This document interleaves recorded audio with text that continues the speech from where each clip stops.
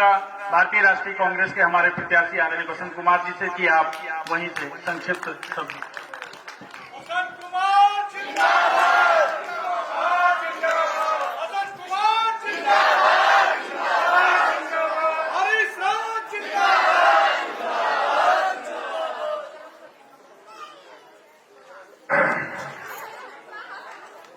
परमपिता परमेश्वर चाहे कोई इसे किसी भी नाम से जानता हो, इस सृष्टि के निर्माता को नमन करते हुए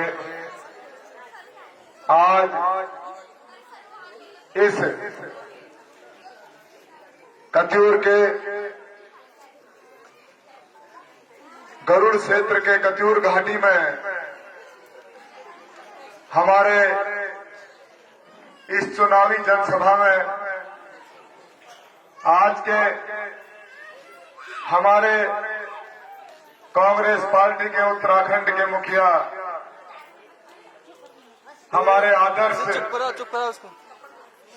उत्तराखंड प्रदेश के पूर्व मुख्यमंत्री और केंद्र सरकार में विभिन्न पदों में रहे हमारे आज के अतिथि माननीय हरीश रावत जी और मंचासीन हमारे अल्मोड़ा से उत्तराखंड प्रदेश में विधानसभा में अध्यक्ष रह चुके माननीय कुंजवाल साहब और हमारे राज्यसभा के पूर्व सांसद माननीय प्रदीप टमटा जी एवं हमारे सम्मानित विधायकगण हेमेश खरगवाल जी, मनोज तिवारी जी, हरीश धामी जी एवं इस गरुड़ क्षेत्र के हमारे गोपाल दास भट्ट जी और हमारे इस पूरे जो चुनावी रणभूमि है, इसमें शुरुआती दौर पर हमारे साथ समर्थन के साथ मेरी मजबूती को आगे बढ़ाने के लिए जिन्होंने कदम उठाया, हमारे गरुड़ क्षेत्र के टमटा साहब, भैरवनाथ टमटा जी एवं हमारे बागेश्वर से हमारे साथ आए भारतीय जनता पार्टी छोड़कर जिन्होंने कांग्रेस ज्वाइन की, मेरे चुनावी रणभूमि में कूदते ही उन्होंने मेरे कंधों को मजबूत करने का जो संकल्प लिया, गोपाल राम टमटा जी और मंच में बैठे हुए सम्मानित समस्त अतिथि, जो कि नाम लेने में थोड़ा समय लग जाता है, देहरादून से हमारी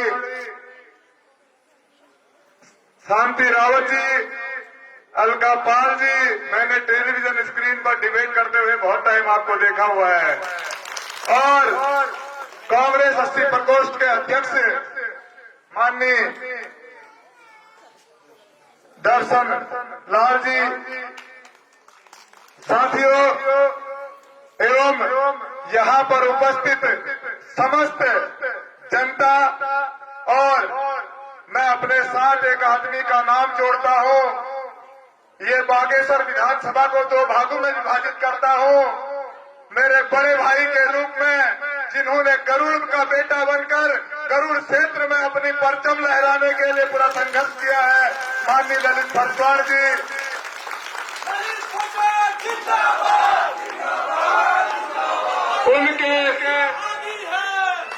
उनके समस्त साथी जो इस भारतीय जनता पार्टी के जो मानव विरोधी और समता विरोधी, जाति धर्म संप्रदाय के आधार पर समाज को लड़ाकर राजनीति करने वाले भारतीय जनता पार्टी के कुचक्र को खत्म करने का जो प्रयास कर रहे हैं, आप सभी साथियों का आज मैं इस मंच से तहे दिल से आभार व्यक्त करता हूं, धन्यवाद अदा करता हूं, शुक्रिया करता हूं साथियों। क्योंकि मैं लंबा संबोधन नहीं करता, संबोधन में समय ज्यादा गुजर जाता है, औपचारिकता में ज्यादा समय गुजर जाता है। आज पहली बार थोड़ा लंबा संबोधन मेरा यहाँ पर हुआ है। मैं एक बात जरूर कहना चाहता हूँ, भारतीय जनता पार्टी धर्म की राजनीति करती है और धर्म की पुस्तिका के पहले पन्ने के पहले श्लोक को पढ़कर शुरुआत करना चाहता हूँ साथियों। यदा यदा ही धर्मस्य ग्लानिर्भवति भारत अभ्युत्थानम धर्मस्य तदात्मानं प्रज्ञाम्यहम्। अर्थात भारतीय जनता पार्टी को बता देना चाहता हूँ, गीता के उस पहले श्लोक में जो लिखा हुआ है कि जब जब धर्म की हानि होगी महापुरुषों का जन्म होगा और महापुरुषों के जन्म से धर्म की पुनः स्थापना की जाएगी। आज मैं कहना चाहता हूँ कि इस गरुड़ घाटी में मेरे अग्रज बनकर, मेरे आदर्श बनकर रावत साहब ने जो कदम इस गरुड़ घाटी में रखा है, धर्म की पुनः स्थापना की जाएगी और इस बागेश्वर विधानसभा की सीट को जीतकर हम मंजिल पर पहुंचाएंगे। ये मैं आप लोगों को आपको वचन देना चाहता हूं साथियों। बहुत ज्यादा मैं कहते हुए, क्योंकि आज हमारे आदर्श इस गरुड़ घाटी में, इस गरुड़ घाटी को पुनः कांग्रेस की तरफ ले जाने के लिए और एक अच्छी सत्ता को स्थापित करने के लिए, सदन में अंक बढ़ाने के लिए और सदन की ताकत बढ़ाने के लिए आज हमारे अग्रज रावत साहब यहाँ पर आए हुए हैं। मैं कहना चाहता हूँ कि मैं उनका एक तरीके से, मैं उनका छोटा सा एक बच्चा ही समझ लीजिए, क्योंकि उनकी उम्र और मेरी उम्र पिता पुत्र की तरह है। मैं समझता हूँ कि वो मेरे पिता समान हैं और आज मुझे जो आशीर्वाद यहाँ से उनके द्वारा दिया जाएगा, आज आप लोगों को सभी को स्थितियां पता है। मैं तो सिर्फ इतना कहना चाहता हूँ कि हमारी जीत तो वहीं पर सुनिश्चित हो जाती है, क्योंकि सबको भलाई चाहिए। अगर किसी के घर में बेटा है, अगर किसी के घर में बेटा है और बेटा बेरोजगार है, तो मैं समझता हूँ कि कमल के फूल का बटन नहीं दब सकता है। क्यों नहीं दब सकता? क्योंकि जब बेटे के रोजगार के लिए, आवाज उठाने के लिए मिस्टर पवार जब बागेश्वर पहुंचे तो वो मंदिर में प्रवेश कर रहे थे, प्रार्थना कर रहे थे आपके बेटे के लिए कि शायद सरकार को सदनियत आ जाए, आपके बच्चे को रोजगार मिल जाए। पर सरकार को मंजूर नहीं था, पर सरकार को मंजूर नहीं था। सरकार ने मिस्टर पवार को पकड़कर जेल की सलाखों के पीछे डाल दिया। ये हमारे लिए विरोध का एक सबसे बड़ा उनका जो विरोधी रवैया जनता के लिए था, वो दिखाने का काम भारतीय जनता पार्टी ने किया है। मैंने तो इस बीच ये भी सुना है, यहाँ पर बहुत सारे प्रधान और बहुत सारे जनप्रतिनिधि बैठे होंगे। अब तो पुलिस वालों के उनको फोन आते हैं कि हमारे सरकार के पक्ष में मतदान करवाइए, नहीं तो हम ये कर देंगे, वो कर देंगे। ऐसे फोन अब मेरे पास आने लग गए हैं साथियों। मैंने तो ये भी हमारे सामने है कि हमारे कार्यकर्ताओं के पास 107-16 के इतने नोटिस भेज रखे हैं डराने के लिए कि शायद वो हमारे पक्ष में मतदान करवा दें। और उनको हम ये कहें कि 107-16 का जो नोटिस है, इस नोटिस को हम आपको इसलिए भेजे हैं कि आप हमारे साथ समझौता कर लीजिए और मतदान हमारे पक्ष में करवाइए, हम आपको बरी करवा देंगे, आपको जमानत देने की भी जरूरत नहीं पड़ेगी। साथियों, इस तरीके का जो कृत्य हो रहा है, सरकार जिस तरीके से हर उपचुनाव में अपना प्रभाव दिखाती है, उस प्रभाव से आपको डरने की जरूरत नहीं है। मैं आपको वचन देता हूँ, इन सब चीजों का समाधान हम शासन, इन सब चीजों का समाधान हम सदन में पहुंचकर करेंगे। ये मैं आपको वचन देता हूँ। मैं धन्यवाद करता हूँ हरीश धामी जी का, क्योंकि उन्होंने ये वचन मुझे आज मेरी ताकत बढ़ाने के लिए कहा है कि अगर हम 19 से 20 हो गए तो हम अपने विधानसभा के अधिकारों को छीन लेंगे। ये बात हमारे विधायकों ने यहाँ पर कही है। साथियों, वो व्यक्ति भारतीय जनता पार्टी के चुनाव का बटन नहीं दबा सकता। अगर दबा सकता है तो बहुत ही उसके मतलब वो कोमल हृदय का नहीं हो सकता। कौन सा व्यक्ति जिसके घर में एक बेटी है, आज भी आप देखते हैं अंकिता हत्याकांड के दोषियों को पकड़ा नहीं गया और उसमें शामिल भारतीय जनता पार्टी के रसूखदार मंत्री विधायक कौन है, कौन वो वीआईपी है, उसका नाम उजागर करने को वो तैयार नहीं है। हमारे माँ बहनें सुरक्षित नहीं है, हमारी बेटियां सुरक्षित नहीं है। ऐसी दर्दनाक भारतीय जनता पार्टी की जो सरकार है वो किस तरीके से लोगों के साथ अत्याचार कर रही है, ये समझने की जरूरत है। साथियों, मैं आपको कहना चाहता हूं कि आज तो ये चुनाव पूरे तरीके से एक तरफा है।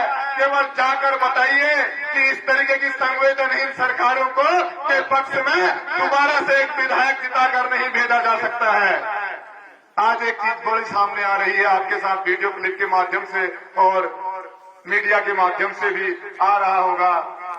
जो भारतीय जनता पार्टी के प्रत्याशी हैं वो केवल भारतीय जनता पार्टी ने शुरू से ही ये तय किया था कि हम केवल आंसू बहाकर वोट मांगने का काम करेंगे। शायद वो जान गए थे कि बागेश्वर विधानसभा की जनता ही क्या, उत्तराखंड की पूरी जनता बहुत ही मरम हृदय है, वो करुणा से भरी हुई है और हमारे आंसुओं पर हमको वोट दे देंगे। साथियों, मैं एक बात बताना चाहता हूं, यहाँ आज आपको सदन में बोलने वाला और सदन में चिल्लाने वाला, सदन में आपके अधिकारों की रक्षा करने वाला व्यक्ति की आवश्यकता है। इसलिए आपको तय करना है कि आपको एक गृहिणी को विधायक बनाना है कि एक बोलने वाले व्यक्ति को वहां पहुंचाना है। क्योंकि मैं ये नहीं कह रहा उसमें दीदी की कोई गलती है। दीदी को तो हमने ये सुना कि जबरदस्ती खड़ा किया हुआ है कि आपको सिंपैथी मिल जाएगी। अगर सिंपैथी की बात की जाए साथियों, तो मैंने भी बहुत कुछ खोया है और मैंने इतना खोया है कि मैं आपको बताऊंगा कि आपको समझ में आएगा कि मुझे भी सिंपैथी की अगर जरूरत है तो सिंपैथी की हमें भी जरूरत है, आपके दया की हमें भी जरूरत है। पर दया की जरूरत राजनीतिक क्षेत्र में नहीं, व्यक्तिगत रूप से, एक भाई के रूप से, एक पारिवारिक रूप से है। और मैंने सितंबर के महीने में पिछले साल अपने पिता को खोया है, पर मुझे आज खुशी है रावत साहब ने यहाँ अपने कदम रखकर मुझे एक पिता का सानिध्य देने का काम किया है। पिता को खोया है, उसके बाद आपको पता होगा फरवरी माह में इसी साल मेरी माँ का ब्रेन हेमरेज हो गया था। आज भी मैं अपनी माँ को बिस्तर वहां पर हॉस्पिटल के बेड में छोड़ के आया हूँ और यहाँ चुनाव लड़ रहा हूँ।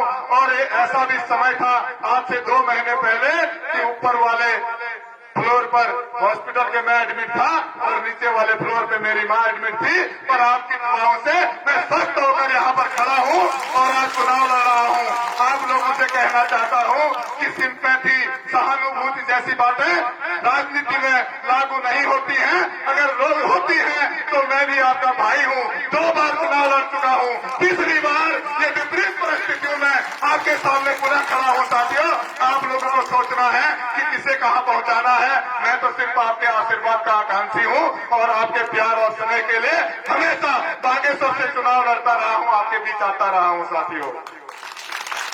साथियों, बहुत ज्यादा न कहते हुए मैं कुछ ज्यादा समय ले लिया, कुछ ज्यादा बोल गया हूँ, क्योंकि अभी हमारे मुख्य अतिथि महोदय यहाँ पर हैं। आज हम उनको सुनने के लिए ही आए हैं और आप सभी लोगों से अनुरोध करता हूँ कि उनके प्रवचनों को बेहतर तरीके से सुने और आने वाले समय में अमल करें। उनको राजनीति का एक राजनीतिक व्यक्ति होते हुए बृहद अनुभव है और उस अनुभव को हमें सीखने की आवश्यकता है, मुझे कुछ सीखने की आवश्यकता है और आप सभी लोगों को भी उनसे बहुत कुछ सीखने को मिलेगा। इन्हीं शब्दों के साथ अपनी वाणी को विराम देता हूँ। जय हिंद, जय भारत, जय उत्तराखंड।